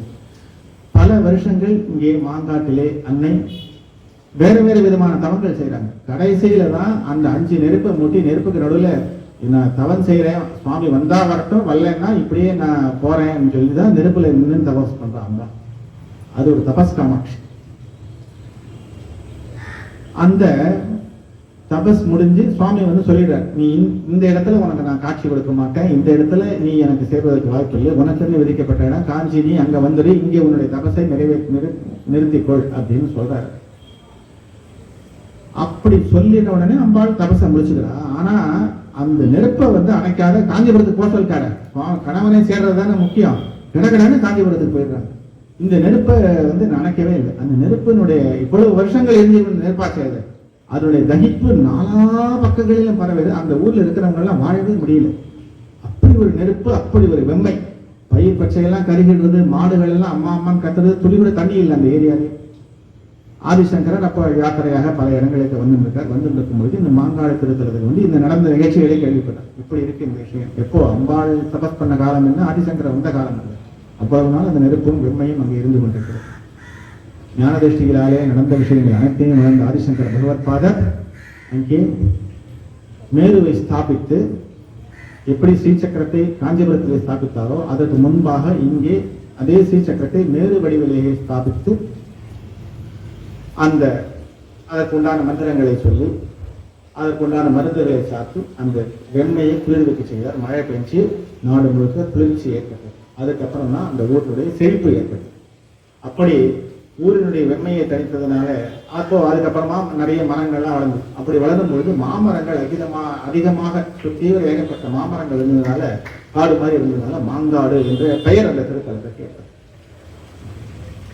அந்த ஆதிசங்கரர் பகவத் பாதர் அமைச்ச ஸ்ரீசக்கரமானது 43 திரிகோணங்கள் முக்கோணமாக 43 முக்கோணங்களை அமைத்து அதன் மேல 18 அஷ்டகந்தம் என்கிற 8 வகையான மூலிகைகள், அந்த மூலிகைகளால செய்யப்பட்ட படிக்கட்டுகள் அமைச்சாங்க. என்ன படிக்கட்டுனா 18 படிக்கட்டு, அதன் மேல ஒரு 16 இதழ் தாமரை, அதன் மேல ஒரு 3 இதழ் தாமரை, அதன் மேல பிந்து, இப்படியாக அடுக்கடுக்காக ஸ்ரீசக்கரத்தை வடிவமைத்து அதன் அடியிலே ஸ்ரீசக்கரத்தை ஸ்தாபித்து சக்தியை ஏற்படுத்தி பல காலங்கள் வழிபாடு செய்து அந்த சக்கரத்திற்கு உருவேற்றி இன்றைக்கும் கூட அந்த ஸ்ரீசக்கரம் இங்கேயும் கூட மாங்காட்டிலும் கூட ஸ்ரீசக்கரம் தான் அம்பாள். அந்த ஸ்ரீசக்கரம் தான் மேருதான் மூலவர், முக்கியமான அம்பாள் அந்த மேருதான். அப்படித்தான் வழிபடப்படும். காஞ்சி காமாட்சியை போலவே மாங்காடு காமாட்சி அம்பலம் திருமண பேரு, குழந்தை பேரு, கல்வி, கேள்வி, ஞானங்கள், செல்வங்கள் எல்லாத்தையும் நமக்கு அருளக்கூடியவள். 6 வாரம் பிரார்த்தனைன்னு கேள்விப்பட்டிருப்பீங்க எல்லாரும். தாம்பரத்தில் இருக்கிறவங்க கேள்விப்பட்டிருக்கோம். ஏதாவது ஒரு கிழமை நமக்கு சௌகரியமான கிழமை, வெள்ளிக்கிழமை, செவ்வாய்க்கிழமை, இந்த கிழமை நம்ம வீடு போகலாம். ஆனால் 6 வாரங்கள் அதே கிழமை. இந்த வாரம் செவ்வாய்க்கிழமை போனோம்னா முதல் வாரம் அதே மாதிரி அடுத்தடுத்த 6 வாரங்கள் செவ்வாய்க்கிழமையை நம்ம போவோம். போயிட்டு ஒரு எலுமிச்சம்பழத்தை வச்சு அம்பாள் காலையில் பிரார்த்தனை பண்ணி திரும்ப அந்த எலுமிச்சம்பழத்தை பிரார்த்தனை பண்ணி கொடுப்பாங்க. இந்த மாதிரி பிரார்த்தனை முறைகள் இருக்கு. 6 வாரங்கள் சென்று ஒரு மண்டலகம் 6 மாலான்றது ஒரு 48 நாள் இல்லையா, 6, 42, 48 நாளைக்குள்ள நம்மளுடைய பிரார்த்தனைகள் கண்டிப்பாக நிறைவேற்றும். அது மாதிரி நிறைவேறி கோடிக்கணக்கான பக்தர்கள் தாம்பரத்தில் சொன்னாங்கன்னா அவங்க வீட்டில் கண்டிப்பாக ஒரு வரலாறு இருக்கும். எங்கள் வீட்டில் இதனால தாங்க கல்யாணம், இதனால தான் இந்த செய்வினை போச்சு, இதனால தான் எங்களுக்கு வந்து வேலை கிடைச்சது, நாங்கள் வீடு கட்டணும், வீடு கட்டுறதுல ஏகப்பட்ட தடங்கள், அதெல்லாம் இதெல்லாம் சரியாச்சு, நாங்கள் தொட்டியை கட்டணும், எங்கள் வீட்டில் பழுத்த பிறந்தது. இந்த மாதிரி பல பேருக்கு பலவிதமான ஒரு பிரார்த்தனைகள் நிறைவேற்றக்கூடிய பிரார்த்தனை ஸ்தலமாக விளங்கக்கூடியது இந்த மாங்காடு காமாட்சி. இங்கேயும் இது மாதிரி நமக்கு அருள் செய்வதற்காகவே என்று எப்போ வேணா காஞ்சி காமாட்சி அம்பாள் உட்கார்ந்த நிலையிலே என்ன வேணும் கேட்டு அருள் புரிகிற மாதிரி இவங்க எப்போ வேணா ஓடி வந்து அருள் புரியறதுக்காக நின்ற நிலையிலேயே கையில கிளியை வச்சிருந்து நின்ற நிலையிலேயே நமக்கு அருள் செய்யக்கூடிய அம்பாள் மாங்காடு காமாட்சி. இது காஞ்சி காமாட்சியை போலவே மாங்காட்டிலும் அருகிலேயே ஏகாம்பரேஸ்வரர் சன்னதி இருக்கு. இது சுக்கிரனுடைய ஸ்தலம். மாங்காடு என்பது சென்னையிலே கும்பகோணத்தில் நவகிரக ஸ்தலங்கள் இருக்கும். அது மாதிரி சென்னையிலும் இந்த போரூர், குன்றத்தூர், தாம்பரத்தை சுற்றி நவகிரக ஸ்தலங்கள் 9 இருக்கு. அந்த 9ல இது வந்து இந்த மாங்காடு வந்து சுக்கிரனுடைய ஸ்தலம். அந்த சுக்கிரனுடைய ஸ்தலம் என்று ஏன் பேர் வந்தது அப்படின்னா, சுக்கராச்சாரியார் அவரும் வந்து பரம பக்தர், சிவனுடைய பெரிய பக்தர். சிவபெருமானை நோக்கி பல காலம் தவம் பண்றார். எதுக்கு தவம் பண்றார் அப்படின்னா, மகாபலி சக்கரவர்த்தி 3 அடி மண்ணை மகாவிஷ்ணுவுக்கு வாமனாவதாரமாக வந்தபொழுது தானம் கொடுத்தான். அப்படி கொடுக்கும் பொழுது விஷ்ணு தான் வந்திருக்கிறார் என்பதை உணர்ந்து மகாபலியை அவர் வந்து பூமிக்கு பூதாளத்தை தள்ள போறார் என்பதை உணர்ந்து, நீ தானம் கொடுக்காத அப்படின்னு சொல்லி தடுத்தான். நீ தானத்தை தடுக்கிறது பெரிய பாவம், குருவாவே இருந்தா கூட தானம் கொடுக்கறத நிறுத்த மாட்டேன், தரேன்னு வாக்கு கொடுத்தேன். அவனுக்கு கொடுத்த வாக்க மீறது தவறுன்னு நீங்க தான் எனக்கு பாடம் சொல்லி கொடுத்துருக்கீங்க, ஆகினால் நான் வாக்க மீற மாட்டேன், நீங்க தடுத்தாலும் கூட நான் தானத்தை செய்துதான் ஆவேன் அப்படின்னு சொல்லி அவன் செய்யறான். அப்படி செய்யும்போது தானம் விழக்கூடாது அப்படிங்கிறதுக்காக அவன் தாரவாத்தை கொடுக்கக்கூடிய அந்த கமண்டலத்துல ஒரு வண்டாக மாறி போய் அடைச்சுக்கிறார். அடைச்சிக்கும் பொழுது மகாவிஷ்ணு என்ன பண்ண, தர்ப்பக்குள்ளால அந்த வண்டை குத்தி கோட்டை எடுத்துடுற. அப்ப என்ன ஆகுது, அந்த குத்தின குத்துல சுக்கராச்சாரியாரோட கண்கள் வலுவிழந்து, கண்கள் பார்வை பறிபோயிடும். பார்வை திரும்ப வரணும் அப்படிங்கிறதுக்காக சிவபெருமானை வந்து தியானிக்கிற அவர் வந்து, நீ மாங்காட்டிலே வந்து தபஸ் பண்ணு, என்னை நோக்கி நான் உனக்கு நேரம் வரும்போது அனுகிரகம் பண்றேன்னு சொல்லி அது மாதிரி மாங்காட்டை தபஸ் பண்ணும்பொழுது முதல்ல சுக்கராச்சாரியாருக்கு வந்து காட்சி கொடுத்து பார்வை கொடுத்து விட்டு தான் அம்பாளுக்கு காட்சி கொடுத்து நீ காஞ்சிபுரம் வாழ்ந்தோம். ஆக பக்தன் தான் மனைவியாக இருந்தா கூட பக்தன் முதலிடம், பிறகுதான் நீ என்று உணர்த்தராஜ் சுவாமி. அப்படி சுக்கராச்சாரியாரால வழிபடப்பட்ட சிவபெருமான் இருக்கிறதுனால அது வந்து சுக்கரேஸ்வரர், சுக்கிரனுடைய ஸ்தலமாக வழிபடுகிறது. அங்கே கூட அம்பாள் சன்னதி, அம்பா சுவாமி இருக்காரு, அம்பாளுக்கு தனி சன்னதி கிடையாது.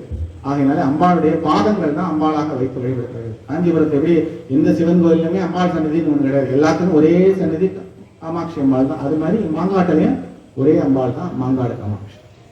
இப்படி காஞ்சிபுரத்துடைய ஒரு அங்கமாகவே இருக்கக்கூடிய மாங்காடு காமாட்சி நமக்கு மிக அருகிலே இருக்கிறது. நம்மளும் எந்தெந்த நேரங்கள்ல முடியுமோ அந்த நேரங்கள்லாம் பார்ப்போம். அங்கேயும் காமாட்சி இப்படி பஞ்ச காமாட்சி காஞ்சிபுரத்தில் இருக்கோ அது மாதிரி இங்கேயும் 4 விதமான காமாட்சி. ஸ்ரீசக்கரம் மேறு வடிவத்தில் இருக்காங்களே அர்த்தமேரு, அந்த வடிவத்தில் இருக்கக்கூடிய மூலவர் ஒரு மூலவ காமாட்சி. அதற்கு பின்னாலே 2 கைகளோட நின்று கொண்டிருக்கக்கூடிய வரையில் இருக்கக்கூடிய உற்சவ காமாட்சி, ஆதி காமாட்சி. அந்த அம்மாவுக்கு பேர் ஆதி காமாட்சி என்று. அதற்கு பக்கத்திலேயே ஒரு அணையாத விளக்கு தீபம் எரிஞ்சிருக்கும், ஜோதி வடிவத்திலேயே இருந்து கொண்டிருக்கிறாள் அந்த ஜோதி காமாட்சி 3வது. அதற்கு அடுத்ததாக 4வதாக இருக்கக்கூடியது உற்சவ காமாட்சி. அந்த பஞ்ச தபஸ் பண்ணும்படியான கோலத்தில் இருக்கின்றாங்க இல்லையா, அந்த தவம் செய்யக்கூடிய தபஸ் காமாட்சி. அந்த காமாட்சி தான் நமக்கு உற்சவமாக வந்து கொண்டிருக்கிறது. இப்படி 4 விதமான காமாட்சிகள் மாங்காடு திருத்தலத்திலையும் காணப்படுகிறார்கள். நம்ம எப்பொழுதெல்லாம் முடியுமோ விருந்து சென்று கருணைக்கடலினுடைய துளியை அமுதத்தை கருதுவோம். பலவிதமான பௌர்ணமி விசேஷமான ஹோமங்கள் தான் நடக்கும். இதுல புரட்டாசி பௌர்ணமியின் போது, அதாவது மகாலட்சுமி மாலயபட்ச ஆரம்பம், அந்த புரட்டாசி பௌர்ணமியின் போது நவகலச ஹோமம் என்பதாக ஒரு நடக்கும். அந்த 9 கலசங்களை நிறுவி அதிலே சக்தியினுடைய 9 சக்திகளையும் ஆவாகனம் பண்ணி அதற்கு பூஜை, அதற்கு சம்பந்தமான ஹோமங்கள் இதெல்லாம் நடக்கும். அது மிகவும் சக்தி வாய்ந்த ஹோமமாக கருதப்படுகிறது. இப்பேற்பட்ட ஒரு குறையோ ஒரு தோஷமாக இருந்தால் கூட அந்த பூஜையிலே கலந்து கொண்டிருக்கிறவர்களுக்கு பூஜை முடிஞ்சு சங்கில் அந்த தீர்த்தத்தை தெளிப்பாங்க. அந்த தீர்த்தத்தை நம்ம மேலே பட்டாலே எல்லா விதமான பாவங்கள் தோஷங்கள்லாம் நீங்கும் என்பது அந்த ஆலயத்தினுடைய வரலாறு. ஆகையினால புரட்டாசி பௌர்ணமி அன்னைக்கு ஞாபகம் வச்சிருந்து எல்லாம் கோவிலுக்கு போட்டுக்கின்றாங்க, ஏற்பாடுகள் செய்யும். இதற்கு அடுத்தது தமிழகத்தினுடைய மாயவரம் மயிலாடுதுறை அருகிலே இருக்கக்கூடிய ஒரு அம்பாள் கருவாழக்கரை. தெரியுங்களா? கருவாழக்கரைன்னு சொல்லியிருக்கேன். நான் இன்றைய காலத்திலே நாகப்பட்டினம் மாவட்டத்தில் சேர்ந்திருக்கு இன்றைய படி. ஆனால் அது மயிலாடுதுறைக்கு அருகிலே இருக்கிறது. ஒருங்கிணைந்த தஞ்சை மாவட்டமாக இருந்தது. தஞ்சாவூர், கும்பகோணம், நாகை, திருவாரூர், இன்னும் பல மயிலாடுதுறைன்னு 5-6 மாவட்டமாக பிரிஞ்சு போச்சு. ஸோ இன்றைக்கு அது நாகப்பட்டினம் மாவட்டத்தில் இருக்கு. அந்த அரசியல் இதுபடி மயிலாடுதுறைக்கு அருகில் இருக்கு. அந்த காமாட்சிக்கு பேர் கருவாழக்கரைன்னு அந்த கிராமத்துக்கு பேர்.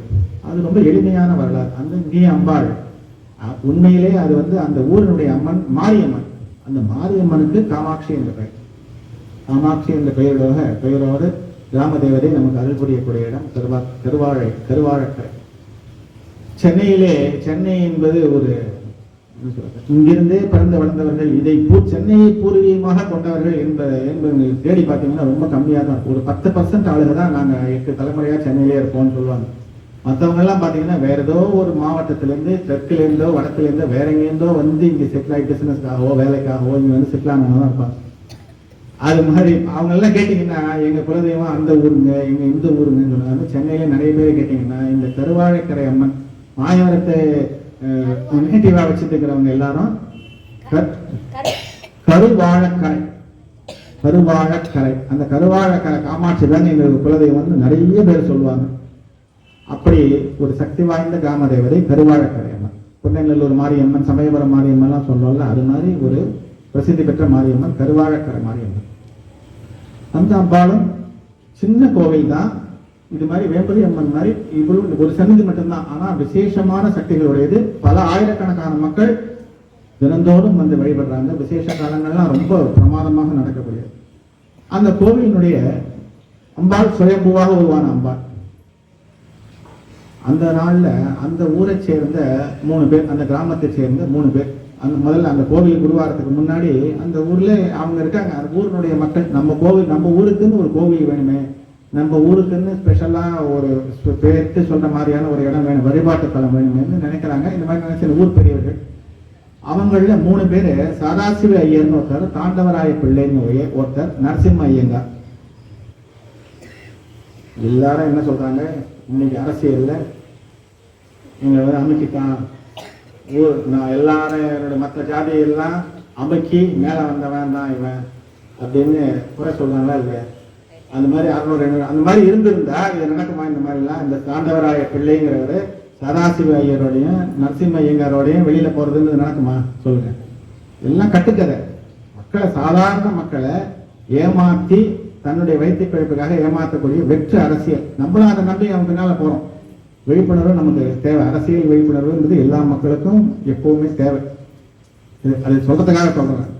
இவங்க 3 பேரும் என்ன பண்ணிருக்காங்க, இந்த மாதிரி வெளியூருக்கு போறாங்க. என்ன பண்ணலாம் அப்படின்னு யோசிச்சுட்டு வெளியூர் போறாங்க. அப்படியே போயிட்டு தஞ்சாவூர், அப்பெல்லாம் வந்து குடந்தை, கும்பகோணம், தஞ்சாவூர்ல தான் வந்து நிறைய பெரியவங்க, அறிவியல் சிறந்தவர்கள், சான்றோர்கள்லாம் வாழக்கூடிய இடம் இருந்து. ஸோ அதனால யாரையாவது போய் நம்ம ஊருக்காக என்ன பண்ணலாம்னு ஒரு ஆலோசனை கேட்போன்ற ஒரு எண்ணத்துக்காக போறாங்க. போகும்போது என்ன பண்றாங்க, அப்பெல்லாம் நடந்தே தானே போகணும். போகும்போது கருத்தட்டாங்குடின்னு ஒரு இடம், தஞ்சாவூருக்கு கொஞ்சம் கும்பகோணத்துக்கு தஞ்சாவூருக்கு நடுவில் இருந்து, தஞ்சாவூருக்கு அருகில் இருக்குன்னு. இந்த கருந்தட்டாங்குடின்னு ஒரு ஏரில் ஒரு ஊர்ல ராத்திரி தங்க நேரிடுறது, வெளியே காத்தால எழுந்து அங்க வெட்டாறுன்னு ஒரு ஆறு, காவேரியினுடைய ஒரு துணை ஆறு, கிளை ஆறு. ஆத்துல குளிச்சுட்டு தினசரி கடன்களை எல்லாம் முடிச்சுட்டு சாப்பிட்டு இந்த தஞ்சாவூர் போகலாங்கிற ஒரு எண்ணத்தோட ஆத்துல குளிக்கிறாங்க. குளிச்சா உடனே துணியை கந்தாயானாலும் கசக்கி கட்டுங்கிறது நம்ம நாட்டில் வழக்கமாச்சு. அதனால துணி துவைக்கலாம்னு சொல்லிட்டு ஒரு கல்லில் எடுத்து போட்டு அடைக்கணும். அந்த கல்லு துணி அமுக்குவாங்கல்ல, கல் ஆடுது. ஆடுறது கல்லுன்னு பார்த்தா, உருட்டி பார்த்தா அப்படியே அம்பாளுடைய விக்கிரகம். உடனே வெளத்து போயிடுறாங்க, நம்ம தப்பு பண்ணிட்டோமே, இந்த மாதிரி ஆட்சியை என்னடா பண்றது போயிட்டு. அப்போ உடனே அவங்களுக்கு வந்து ஒரு அசரீரியாக அந்த 3 பேருக்கும் உடனே கேட்குது, என்ன வந்து இன்ஜெக்ஷன் உங்க ஊருக்காகத்தான் நான் வந்திருக்கேன், இன்ஜெக்ஷனுமே என்ன, நீங்க இப்படியே திரும்பி போங்க, போகும்பொழுது என்னை உங்க ஊருக்கு கூட்டின்னு போங்க, நான் உங்களுக்கு வழிகாட்டுறேன், நான் ஒரு ஒளி வடிவமாக வழிகாட்டுறேன், என்னுடைய ஒளி எந்த இடத்துல நிற்கிறதோ அந்த இடத்துல உங்களுக்கு என்னை பிரதிஷ்டை பண்ணிடுங்க, அப்படி நான் உங்களுக்கு என்ன வேணுமோ அனுகிரகம் பண்றேன்னு சொல்லி அம்பாள் அசரீரியாக வாக்கு கொடுக்குறாங்க. சரின்னு இவங்க தஞ்சாவூர் போகாதே இந்த விக்கிரகத்தை எடுத்துக்கின்னு திரும்பி வந்துடுறாங்க. அப்படியே வழிகாட்டிலே வருது. ஒரு 4-5 நாள் நடந்து தானே போறாங்க. அந்த வண்டியில பொருளை அம்பாளை ஏற்றி இவங்க நடந்து தானே வராங்க. 4-5 நாள் கழிச்சு வந்து சேர்றாங்க. அவங்க சேரும்போது விடிய காலம் 3 மணி. அப்போ அந்த ஒளி வந்து இவங்க ஊரினுடைய எல்லையில், இந்த கருவாழக்கரையுடைய எல்லையிலேயே அந்த ஒளி மறைஞ்சது. இங்கதான் நான் இருக்க விரும்புறேன் அப்படின்னு சொல்லி உடனே அந்த கருவாழக்கரையினுடைய எல்லையிலேயே அந்த அம்பாளை பிரதிஷ்டை பண்ணி, அதைத்தான் இன்றும் காமாட்சி கருமாரியம்மன் தான் பேர். கருமாரியம்மன் தான் பேரிட்டு வணங்கிட்டு வந்தாங்க. அந்த ஊருக்கு ஏன் கருவாழக்கரைன்னு பேர் வந்ததுன்னா, கர்ப்பரக்ஷை அம்பாள் மாதிரி கருவுற வேண்டி, குழந்தை இல்லாதவங்க குழந்தை பாக்கியம் வேண்டி அம்பாளை வேண்டினா குழந்தை பாக்கியம் கிடைக்கும். அது மாதிரி கருவுற்ற பெண்கள் அம்பாளை வணங்கினால் நிம்மதியாக சுகப்பிரசவம் நடக்கும். கருவிலே உள்ள குழந்தைக்கு ஏதாவது குறைபாடுகள் இருக்கு அப்படின்னு நமக்கு தெரிஞ்சா அந்த அம்பாளை வேண்டினா அந்த குறைபாடுகள் நீங்கும். கருவியை நிரந்தரமாக நல்லபடியாக வாழ வைக்கக்கூடிய அம்பாள் இருக்கக்கூடிய இடம் காவேரி கரையிலே அமைந்த திருத்தலம் என்பதனால் கருவாழக்கரை என்று அந்த பேர் வந்து. இதை தவிர அந்த ஊரினுடைய பிரதானமான விவசாயம் வந்து வாழை. நிறைய வாழை மரங்கள் இருக்கிறதுனால வாழக்கரை என்று பேர் வந்தது. அது இந்த கரு என்ற அம்பாளோட பேரோட சேர்ந்து கருவாழக்கரைன்னு ஊர் பேர் அமைந்தது. ஒரு முறை காஞ்சி மகாபெரியவர் 1940களில் 80களில் அந்த கோவிலுக்கு நிறைய ஊருக்கு போகும்போது அந்த கோவிலுக்கும் விஜயமாக போனார். அது பக்கத்தில் இருக்கிற ஒரு கிராமத்தில் அவர் வந்து ஆங்கரையே ஏதோ ஒரு ஊர்ல அவர் வந்து இருந்திருக்காரு, முகாம் இருந்திருக்காரு. நடுவில் இந்த அம்பாளை வந்து தரிசனம் பண்ணிட்டார். உள்ள வந்து தரிசனம் பண்ணி முடிச்சுட்டு வெளியில வரும்பொழுது திரும்ப அந்த அம்பாளையே பார்த்துட்டு, உங்களுக்கெல்லாம் வந்து இந்த அம்பாள் கருமாரியாக தெரியுறாங்க, ஆனா எனக்கு வந்து காமாட்சியா தான் தெரியல. காமாட்சி காமாட்சி காமாட்சின்னு 3 முறை அந்த அம்பாளுடைய பேர் அங்க உச்சரிச்சது. அன்னியிலிருந்து கருவாழக்கரை காமாட்சி அம்மன் என்கிற பெயரை ஏற்படுத்தி போச்சு. கிட்டத்தட்ட 70-80 வருடங்களாக காமாட்சி அம்பாள் என்ற பெயரிலே தான் அந்த அம்பாள் நமக்கு அனுகிரகித்துக் கொண்டு வருகிறார். எந்த விதத்திலே, எந்த பெயராக இருந்தாலும், எந்த உருவாக இருந்தாலும் எல்லாம் ஒரே காமாட்சி தான் நமக்கு அருள் புரியக்கூடியவர். இந்த காமாட்சியை எப்படி அருள் புரியக்கூடியவள் என்பதை புராணத்திலே சொல்லுறாங்க. எண்ணரும் பெரு வரங்கள் முன் பெற்று அங்கு எம்பிராட்டி தம்பிரான் மகிழ்ந்தருள. பல வரங்கள், பல இடங்களிலே பல தபஸ் பண்ணி பல வரங்கள்லாம் சுவாமியின் மூலமாக பெற்று சுவாமியினுடைய மனம் மகிழும்படியாக மண்ணின் மேல் வழிபாடு செய்ததை பல இடங்களில் வழிபாடு பண்ணிருக்காங்க. காசியில அன்னபூர்ணியாக இருந்து சிவனுக்கு அன்னமிட்டு வழிபட்டிருக்கார். காஞ்சிபுரத்திலே மண்ணாலே லிங்கம் பிடிச்சு வழிபட்டிருக்கார். இங்கே மாங்காட்டிலே தபஸ் நெருப்பு மேல தபஸ் பண்ணி வழிபட்டிருக்காங்க. இந்த மாதிரி பல விதங்களிலே சுவாமியினுடைய மனம் மகிழுமாறு வழிபாடு செய்திருக்காங்க. மனையறம் பெருக்கும் கருணையினால். இப்ப இவங்களுக்கெல்லாம் நம்ம வழிபாடு செஞ்சதுங்கிறது நமக்காக கிடையாது, இந்த மக்களுடைய வளங்கள் பெருகணுங்கிற நோக்கத்தோட தான் பண்ணியிருக்கோம் அப்படிங்கிறது மக்களுக்கு அறிவுறுத்தும் வகையாக நன்னும் மண்ணுயிர் யாவையும் பல்கு நாடு காதலின் நீடிய வாழ்க்கை புண்ணிய திருக்காம கோட்டத்து பொலிய 30 2 அறம் பெருக்கும். 32 விதமான அறங்களை செய்வதற்காக அம்பாள் தான் சிவனை அடையணுங்கிறதுக்காக மட்டும் அந்த தபசெல்லாம் பண்ணல. மக்கள் வாழறதுக்காக பல விதமான அறங்களை செய்ய வேண்டும், 32 விதமான அறங்களை செய்ய வேண்டும் அப்படிங்கிற காரணத்துக்காகத்தான் அந்த தபஸ்லாம் இருந்திருக்கு. அப்படி அந்த காரணத்தினாலே காமகோட்டத்தை பெருக்கிழத்தி காமாட்சி என்ற பெயரெல்லாம் அவளுக்கு ஏற்பட்டது என்று புராணங்கள் சொல்கிறது.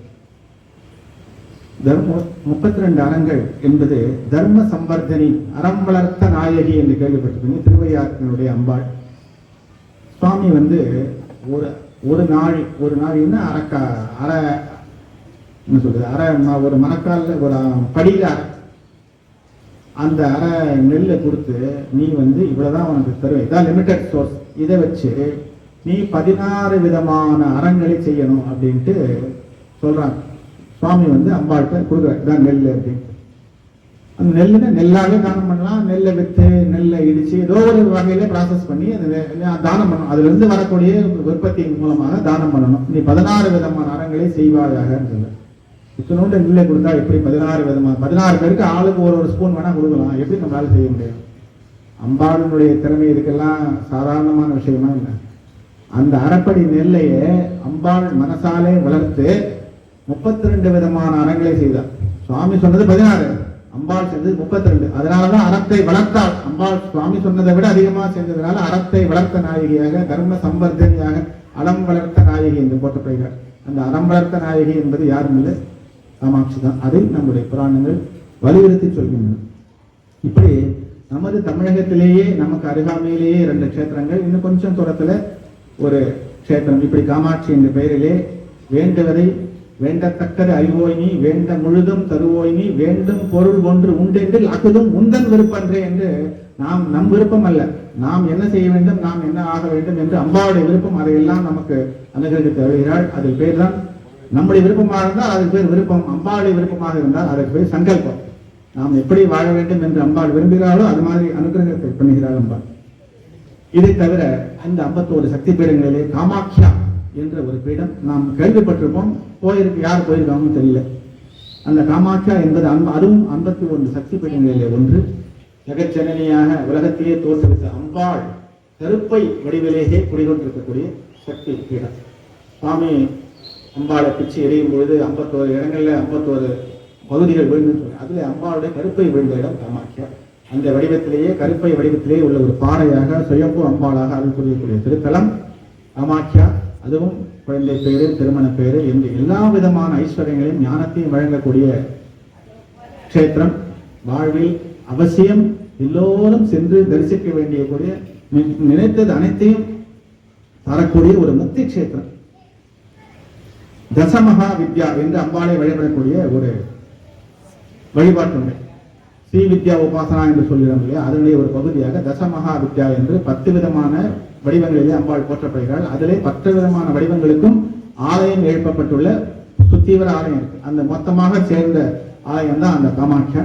அதிலே பிரதானமானது இந்த காமாட்சியா என்ற தேவதை. அதை சுற்றி அந்த கோவிலுக்குள்ளேயே 3 தேவதைகள், 3 சக்திகள், திரிபுர சுந்தரி, மாதங்கி, கமலா என்ற 3 சக்திகளும் அந்த ஆலயத்துக்குள்ளே இருக்குது. மற்ற 6 தசமகா வித்யாக்கள் தனித்தனி கோவிலா அந்த ஊர்லயே தனித்தனி கோவிலாக வேற வேற இடங்கள் இருந்துட்டாங்க. அதெல்லாம் ஒரு என்ன சொல்றது, ஒரு குழுமமான ஆலயம், மொத்தமா சேர்த்து தரிசனம் பண்ணும் அந்த மாதிரியான ஆலயம். வாழ்விலே அவசியம் சென்று தரிசிக்க வேண்டிய க்ஷேத்திரம் காமரூபம், ஹரிக்ஷேத்திரம், பிராக் ஜோதிஷபுரம். புராணங்களிலே பல இடங்களிலே பிராக் ஜோதிஷபுரம் என்றுதான் இந்த ஊரானது. இந்த ஊருடைய உண்மையான பெயர் பிராக் ஜோதிஷபுரம். இந்த காமரூபம் என்பது ஹரிக்ஷேத்திரம், காமகிரி, காமயோனி மண்டலம், மகாமாயா ஸ்தானம், இதெல்லாம் காரணங்களினாலே ஏற்பட்டக்கூடிய பெயர்கள். அதனுடைய ஒரிஜினல் பெயர் பிராக் ஜோதிஷபுரம் என்ற பெயர் தான். இந்த பிரிந்த தம்பதிகள் ஒன்று சேர்வது குழந்தை பேரு. அதை தவிர தாய்மைக்கு அடையாளமான பெண்மை உருவாக சில பேருக்கு லேட் ஆகலாம் வாழ்க்கையில், அவங்கெல்லாம் கூட அது சம்பந்தமான எந்த விதமான கோளாறுகள்லாம் கூட இருந்தாலும் அந்த காமாட்சி அம்பாள்கிட்ட வேண்டினா சரியாகும். அதை சரியாக கூடிய ஒரு பலன் கொடுக்கக்கூடிய பிரார்த்தனை க்ஷேத்திரம்.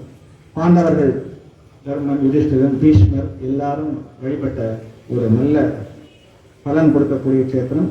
இதே மாதிரிதான் தந்திர சூடாமணி நூல் 51 சக்தி பீடங்கள், அதுல சக்தி பீட விலாசம்னு ஒரு 18, அதுல செலக்ட் பண்ணி 18, அதுல மகாசக்தி பீடம்னு 4ன்னு சொன்னேன் இல்லையா, அந்த மாதிரி 4ல இதுவும் ஒண்ணு, காஞ்சி காமாட்சியும் ஒண்ணு, இந்த பீடமும் ஒண்ணு. ஆகையினால இப்படி உயர்ந்த சக்தி கஷேத்திரமாக விளங்கக்கூடிய காமாட்சியா என்கிற, காமாட்சியா அசாமீஸ்ல அந்த பெயர் சொல்றாங்க, நம்ம தமிழ்ல காமாட்சின்னு சொல்றோம். அக்கியானாலும் கண்ணுதான், காமாட்சியானாலும் காமாட்சின்னு தான். இப்படிப்பட்ட ஒரு தேவி பாகாதம் இந்த இடம் இருக்கக்கூடிய அந்த இடத்தை என்ன புராணங்கள்ல சொன்னதெல்லாம் எதுவும் பொய் கிடையாது, கற்பனை எல்லாம் கிடையாது. இந்த பூப்பிரதேசத்துல இவ்வளவு கிலோமீட்டர்ல இது இருக்குன்றது தேவி பாகவத்துல. தேவி பாகவதம்ங்கிறது எப்போ ஒரு ஆள் உண்டாகுது. ஆகையினால இவ்வளவு உண்மையான வரலாற்றை கொண்டக்கூடிய, வரலாற்று பின்னணியை உண்டக்கூடிய ஒரு கருத்து. இன்னொன்று சமீப காலத்திய வரலாறு. நேபாள மன்னர், இப்போத்தையும் இல்லை, ஒரு 400 வருஷம் இருக்கும், அந்த நேபாள மன்னர் அவருடைய மகள் திருமணம் செஞ்சு கொடுத்தாரு. ஆனா அந்த 2 பேருக்குமே திருமண வாழ்க்கையிலே தம்பதிகளாக ஒன்று சேர வேண்டும், நமது சந்ததிகள் உருவாக வேண்டும் என்கிற ஒரு விருப்பம் இல்லாமலேயே இருந்து வந்திருந்தாங்க. அவங்களுக்குள்ளேயே எவ்வளவு முயற்சி பண்ணி, ஒரு மருத்துவ ரீதியாக முயற்சி பண்ணி பார்த்து கூட அவங்களுக்குள்ள ஒரு இணக்கம் ஏற்படலை. அப்போ அவருடைய மந்திரி மூலமாக இதற்கு ஏதாவது வழி சொல்லுன்னு சொல்லி அவர் தான் நம்மளுடைய நம்மளுக்கு தான் நிறைய எல்லா விஷயங்களுக்கும் நம்ம தான் பல புராணங்கள் நூல்கள் எழுதி வச்சிருக்கோமே. கப்பல் கட்டத்திலிருந்து, இரும்பு உருக்கிறதுலேருந்து, ஆபரணங்கள் செய்யறதுலேருந்து. அது மாதிரி இது மாதிரியான மனுஷாருடைய வாழ்க்கை மனோதத்துவமாகவும் நம்ம நூல்கள் எழுதியிருக்கோம். அதில் வாத்ஸ்யாயனர் என்கிற ஒரு மகரிஷி அவர் காமசூத்திரம் என்கக்கூடிய ஒரு நூலை எழுதியிருக்கார். காமசூத்திரம்ங்கிறது கணவன் மனைவியினுடைய எப்படி இல்லறம் நடத்தினா இல்லறம் செழிக்கும் சிறக்கும் என்பதை பற்றின ஒரு ரகசியம், எப்படி விட்டு கொடுத்து போகணும், எப்படி வாழ்க்கை நடத்தணுங்கிற வாழ்க்கை தத்துவங்கள் அடங்கிய ஒரு நூல். அந்த நூலை இருக்கு அப்படின்னு அந்த மந்திரி கண்டுபிடிச்சு அதுல இந்த காமாட்சியா கோவிலை பற்றி, இந்த அம்பாளை வணங்கி வழிபட்டு அந்த நூல்களில் உள்ள விஷயங்களை நம்ம வாழ்க்கையில கடைபிடிச்சாக்க நம்ம நல்லா இருக்கலாம் அப்படின்ற மாதிரி சொல்லியிருக்காரு. அதனால 48 நாட்கள் அந்த கோவிலேயே அந்த தம்பதிகளை தங்க வச்சு தினசரி அந்த கோவிலினுடைய குளங்கள் எல்லாம் சுத்த வச்சு இல்லற வாழ்க்கை சம்பந்தமான சிற்பங்களை எல்லாம் அங்க செதுக்கி வச்சு இது அவங்கள பார்த்து சொல்லி, அதுக்கப்புறமாக அவங்க தம்பதிகளாக ஒன்று கூடி இல்லறத்தை சிறந்தவர். அதுக்கப்புறமாக நல்ல சிறந்த நேபாளம் ஒரு சிறந்த இந்து ராஷ்டிரமாக, இந்து தேசமாக இன்று வரை விளங்கி கொண்டதற்கு காரணம் இந்த அம்பாள், காமாட்சி அம்பாள் தான். அதனால நம் தனிப்பட்ட வாழ்க்கை சிறக்க வேண்டும் என்றாலும், நமது சமூக வாழ்க்கை சிறக்க வேண்டும் என்றாலும், நமது தேச வாழ்க்கை தெய்வீக வாழ்க்கையாக மலர வேண்டும் என்றாலும் ஒரே கதி சரணாகதி, சரணம் சரணம் என நின்ற நாயகி அம்பாள் தான் காமாட்சி. அந்த கருணை கடல் காமாட்சி என்ன கேட்டாலும் தருவாள், எப்படி கேட்டாலும் தருவாள். நமக்கு தேவை உண்மையான உருகி சொல்லக்கூடிய மன உருத்தம், ஈடுபாடு, உண்மையான பக்தி பாவம் தான் நமக்கு தேவை. இந்த சரணாகதி அடைந்து அம்பாளுடைய கருணையை அனுபவித்து வாழ்க்கையை வளமாக்கிக் கொள்வோம் என்று உங்களை கேட்டுக்கொண்டு, இதுவரை நான் சொன்னதை பொறுமையாக கேட்டுக்கொண்டது எனக்கு பேச வாய்ப்பளித்த உங்கள் அனைவருக்கும், கோவில் நிர்வாகத்தினருக்கும் எனது நன்றியை தெரிவித்துக் கொண்டு அமைகிறேன். ஓம் சக்தி பராசக்தி, ஓம் சக்தி பராசக்தி.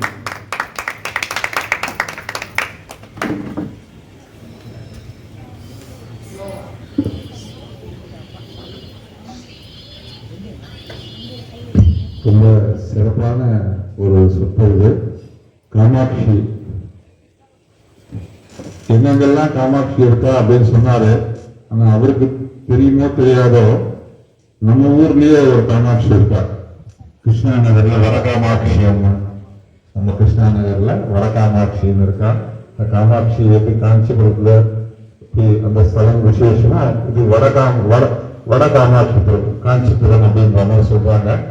அந்த இன்னும் அருகாமல் இல்லை, சில பேர் காஞ்சிபுரம் போக முடியுதுன்னா நம்ம அருகாமல் இருக்கக்கூடிய வடகாமாட்சி அம்மன் கோவிலுக்கும் போயிட்டு வரலாம் அப்படின்னு ஒரு விஷயம்.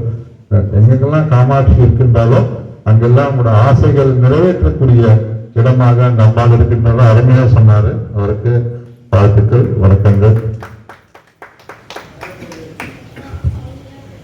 ரொம்ப சந்தோஷம். ரொம்ப நிதானமா பேசினாங்க, எல்லாருக்கும் நல்லா புரிகிற வண்ணம். இத்தனை நாள் அண்ணா பேசினதுலேயே இன்னைக்கு ரொம்ப பெரிய அளவுக்கு டீப்பாக இருந்தது. ஏன்னா இந்த 1 மணி நேரம் பேசுறதுக்கு அவர் பல மணி நேரம் படிச்சிருக்கணும். இல்லைன்னா இந்த மாதிரி தொடர்ந்து பேசுறது ரொம்ப கஷ்டம். ஒரே விஷயத்துல இருக்கக்கூடிய பல பிரிவுகளான விஷயத்தெல்லாம் சேர்த்து வச்சு சொல்றது ரொம்ப அதுக்கு பிரயத்தனம் பண்ணிருந்தா தான் முடியும். அது அண்ணாவுடைய உரையில் தெரிஞ்சுது. நிறைய விஷயங்களை நாங்கள் தெரிஞ்சுக்கிட்டோம் இன்னைக்கு. கண்டிப்பாக நாங்கள் எல்லாரும் அபிப்பிராயம் வச்சுருந்தோம், காமாட்சி அம்மன் கோயில் போகணுன்ட்டு. கண்டிப்பாக நம்ம மண்டலியை சார்ந்த எல்லாரும் சேர்ந்து காஞ்சி காமாட்சி அம்மன் கோயிலுக்கு போயிட்டு வருவோம். அதுக்கு உங்களுடைய உபன்யாசம் ஒரு தூண்டுதல், அவசியம் நீங்கள் வரணும்.